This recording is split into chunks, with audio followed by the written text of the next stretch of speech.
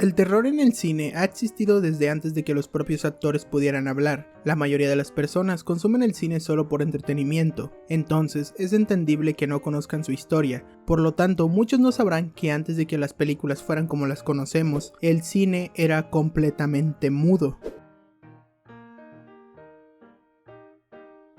Pues allá por el siglo XX, entre 1895 y 1929, los primeros cineastas hicieron las primeras películas comerciales de la historia, y el tema de los diálogos sonoros no era una prioridad, porque antes todo era más difícil, grabar el video y el sonido era independiente, y el tema de la sincronización costaría mucho tiempo y dinero, entonces preferían solo filmar a los actores actuando con su cuerpo, sin que ellos dijeran una palabra, acompañado de algunos carteles que indican situaciones en concreto o anotaciones importantes. Sin embargo, aunque se le llamaba cine mudo, no lo era completamente, porque en las proyecciones de las películas había música en vivo, y esta música, principalmente de piano, acompañaba a lo que estaba pasando. La comedia era el género más exitoso en este tipo de cine. Actores como Charles Chaplin, que son los más famosos, hasta el día de hoy siguen siendo referenciados, porque son historia pura del cine. Con ellos empezó el auge del cine en la cultura popular, y dentro de los géneros que impulsaron al cine a ser lo que es el día de hoy, el terror es una parte fundamental también, porque tanto como la alegría, el miedo es lo más natural en los humanos.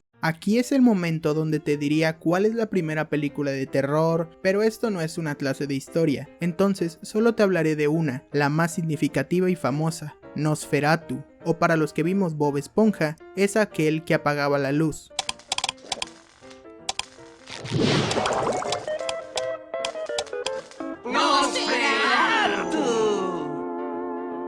Nosferatu es una película de terror del cine mudo, que representa perfecto lo que para aquella generación causaba miedo, los monstruos clásicos. Frankenstein, la momia, el hombre invisible, el monstruo del lago, el hombre lobo y el más clásico de todos, Drácula.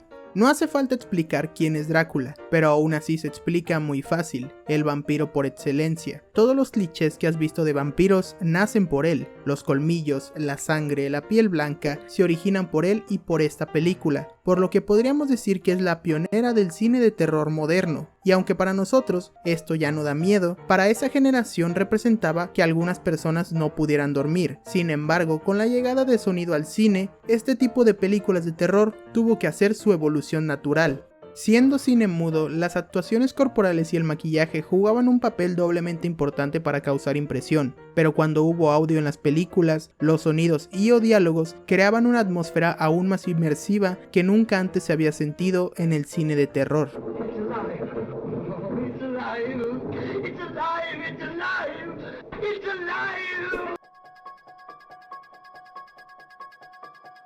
Avanzando en el tiempo, específicamente a los 70s y 80s, en estas décadas se crearon las mejores películas de terror, que con el tiempo se convirtieron en clásicos del cine, no solo de terror sino en general, pero no hay otra más significativa al cine que El Exorcista. Que si la vuelves a ver hoy, tal vez ya no te cause el mismo terror que a tus padres o abuelos les causó en su día, pero sigue teniendo esa esencia y atmósfera extraña de siempre, más por el maquillaje de Linda Blair y los efectos especiales que han envejecido muy bien, además de la trama que es la típica de siempre, pero recordemos que para esa época arremeter contra la Iglesia Católica no era algo común, y esta película fue la mamá de todas las películas de terror actuales, y eso se demuestra en que cada una, claro, si la trama está relacionada con demonios, tiene que haber su debida referencia al Exorcista. Llamaré a su trabajo y diré que no puede ir. Baboso. El género del terror se divide en subgéneros. El Exorcista pertenece al subgénero de lo paranormal, y con tantas películas que llevan exorcismo en su nombre podría crearse todo un subgénero aparte, pero bueno, eso no es el tema de este video. Entonces, otro subgénero que ahora tal vez ya no está tan vigente, pero lo estuvo entre los 70 y 80, es el género slasher. Y según una página no muy conocida llamada Wikipedia, nos dice que la característica habitual de este subgénero es la presencia de un psicópata que asesina brutalmente a adolescentes y jóvenes que se encuentran fuera de la supervisión de algún adulto. La mayoría de las veces, las víctimas están envueltas en situaciones sexuales o consumo de drogas. Si me preguntas, este es mi subgénero favorito, porque prefiero ver sangre que screamers innecesarios, además de que es muy entretenido. En el slasher no solo hay una película ícono, y más que películas son personajes. Así como pasó con los monstruos clásicos, el slasher también tiene sus monstruos clásicos: Freddy Krueger, Jason Voorhees, Chucky, Leatherface y Michael Myers. Estos personajes son diferentes entre sí, pero cada uno era una millonaria mina de oro, la cual los estudios sabían que tenían que explotar. Los estudios de cine, cuando encuentran a su gallina de los huevos de oro o sus gallinas de los huevos de oro, no pararán de explotarla hasta que ya no les genere más dinero. Cuando pasa eso hay tres opciones: que se detengan hasta que la gente se olvide de tantas secuelas, vender los derechos a otro estudio, o la opción que nos incumbe en este video: hacer un reboot o remake de la franquicia. Remake es agarrar prácticamente la misma historia y adaptarla a la época actual con otros actores, mientras que el reboot es reiniciar por completo la historia de un personaje y hacerla completamente nueva, con algunos detalles que hagan referencia a la versión original. Con estas definiciones ya puedes darte una idea de qué es exactamente lo que me refiero con reboot y remake de películas de terror. Remake y reboots del cine de terror hay por montones, no daría el tiempo para analizar a todos, sin embargo recopilé tres: uno que es un buen remake o reboot, otro que es un mal reboot o remake, y por último, uno que es un remake o reboot que podría existir o no y nadie se daría cuenta. It del 2017. Del libro escrito por Stephen King nacen estas dos versiones del aterrador payaso Pennywise. Ambas nos cuentan la historia de un grupo de niños que se enfrentan a It, un ser cósmico que aparece cada ciertos años para alimentarse del terror de los más pequeños. Y no tan solo del terror, sino también de ellos.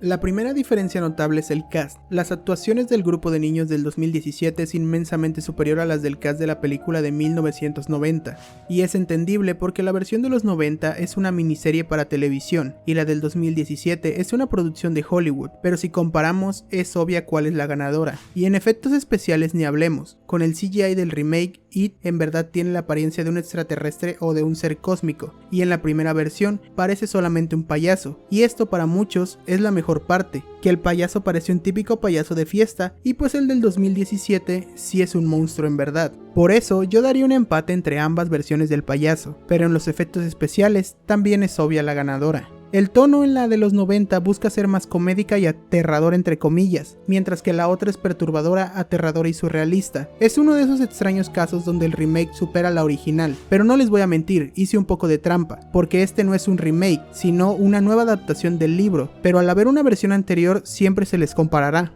Pero ya saben que para mí la del 2017 es mucho mejor.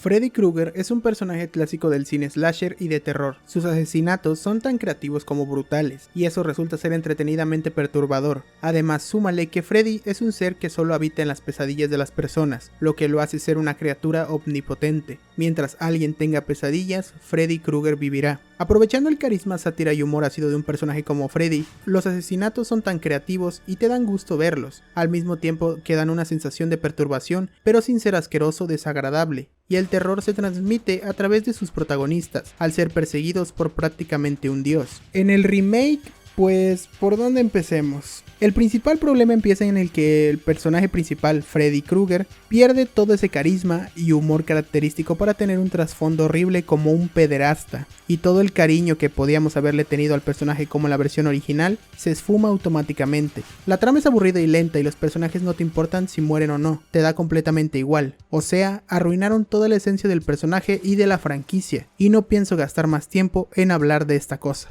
Antes de pasar con el remake o reboot haré una mención honorífica al reboot de 2013 de Evil Dead. Hasta hace unos meses yo no había visto ninguna película de la franquicia de Evil Dead, sin embargo, se estrenó Evil Dead Rise, que me pareció mucho mejor que la mayoría de las películas de terror, y me dejó un mal cuerpo la actuación de la madre, como muy pocas películas lo habían hecho. Entonces me vi la primera película y justo después el remake, y el remake tiene buenas referencias, pero retoma la esencia del terror y la visceralidad de Evil Dead original, para hacer un producto entretenido que respeta la obra original, y la mejora en algunos aspectos. Sin duda, un sólido 8/10. Ahora sí, con el reboot o remake Aquí están dos, el reboot de Viernes 13 de Michael Bay y el remake de La Masacre de Texas del 2003. Ambos retoman la mítica y típica trama de un grupo de adolescentes que se meten donde no deben, y en ambas ya empiezan las diferencias. En Viernes 13 el grupo da totalmente igual, de hecho si mueren te causan lo mismo. Sin embargo, en La Masacre de Texas la protagonista es espectacular, ella solo podría con Leatherface, y hablando de Jason y Leatherface, Jason es igual, y aquí se da una de las mejores muertes de la franquicia. Esta muerte es lo único por lo que vería esta película, porque para ver un asesino con máscara de hockey mejor veo la original, y en La Masacre de Texas quisieron hacerlo todo más estético, más pulido todo, y pierde la magia del original, que era que se veía sucio y le daba una sensación turbia, y ese era el principal motor de terror y de horror que se sentía en todo el tiempo. El mayor ejemplo es La Máscara. En el 2003, aunque no está mal, se nota más que es una máscara, fácilmente podrías comprarla en una tienda, pero la del 74 se nota más artesanal, esa sí te imaginas que pudo ser la cara de alguien. Lo vuelvo a repetir, no es mala, es un remake bien hecho, pero si quieres ver una película turbia de un hombre con una máscara de piel humana, ve la original, que es historia del cine de terror. Los reboots y los remakes no son una mala opción cuando el material original ya envejeció de mala manera, o cuando tienes algo diferente que ofrecer, como guionista, director o creador en general. Pero si me vas a ofrecer completamente lo mismo que la versión original, es 1000 veces mejor ver la obra original. Además, la mayoría de veces los remakes y reboots no tan solo son peores que el material de origen, sino que también no respetan la obra original, y solo utilizan el nombre de la franquicia para tener ganancias.